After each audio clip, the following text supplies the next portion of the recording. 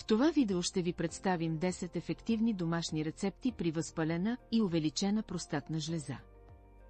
Аденом на простатата е заболяване, което е характерно за хора над 50 годишна възраст и се дължи на прекомерното увеличаване на простатната жлеза.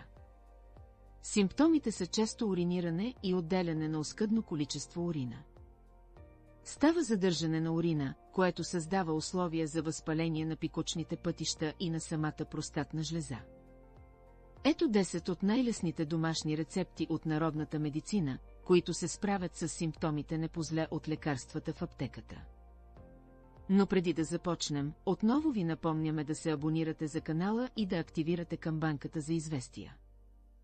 Препоръчваме ви да разгледате и останалите видеоклипове в канала Моето здраве. Първа рецепта.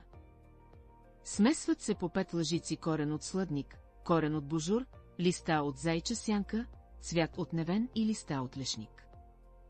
3 супени лъжици от билковата комбинация се заливат с 3 чайни чаши студена вода. Вари се на тих огън под капак 30 минути. Маха се от котлона и се прецежда. Разделя се на 3 части и се пие 30 минути преди всяко хранене. Втора рецепта. Смесват се по 5 лъжици корен от ружа, корен от сладник и корен от репей. 1 супена лъжица от билковата комбинация вечер се накисва с 300 мл студена вода. На сутринта се вари на тих огън под капак 30 минути. Маха се от котлона и се оставя за още 30 минути. Прецежда се, разделя се на 3 части и се пие час преди хранене. Трета рецепта.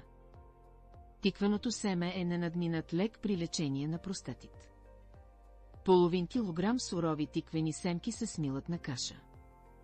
Можете да използвате и готов тъхан от тиквено семе.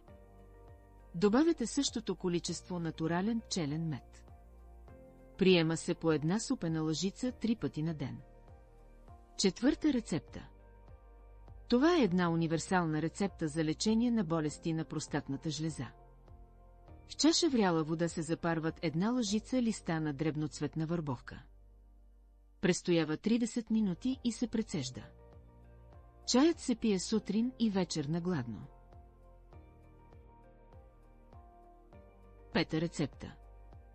В половин килограм пчелен мед се добавят 2 чайни чаши борови връвчета. Престояват така 1 месец и се прецежда. След това се приема 3 пъти дневно по 1 лъжица преди хранене. Шеста рецепта. В половин литър вода се вари 1 чаша ечемик, докато остане наполовина. Отделно в 2 литра вряла вода се слагат по 2 лъжици семе от папеш, царевична коса, листа от бяла бреза и корени от репей. Тази комбинация се вари точно 2 минути, след което се добавя 1 лъжица мечо грозде и се сваля от огъня. Смесват се 2 отвари и се пие по 1 чаша 3 пъти на ден преди ядене. Само след седмица настъпва значително подобрение. Седма рецепта. На много ситно се настъргват лук, ябълка и черна ряпа. Всичко това се прецежда и изтисква през мърля. Пие се по половин чаша от този сок 1 час преди ядене. Ефектът е удивителен. Пие се докато проблемът бъде излекуван напълно. Осма рецепта. 2 ситно нарязани аспержи се варят 5 минути в 2 чаши вода. Приема се по половин чаша на всеки 4 часа през деня. Девета рецепта. 100 грама нарязани кори от конски кестени се заливат в шише с литър силна домашна ракия. Запушва се и така престоява 10 дни. През този период шишето се разклаща по няколко пъти дневно. Вземат се по 10 капки от тинктурата с малко вода 3 пъти преди ядене в продължение на 20 дни. 10 дни се прави почивка и лечението се повтаря. Десета рецепта. Чудесно средство не само за профилактика, но и за лечение са динените семки.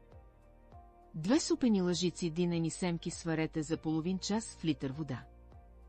От прецедената отвара се приема по 1 чаша, 3 пъти през деня.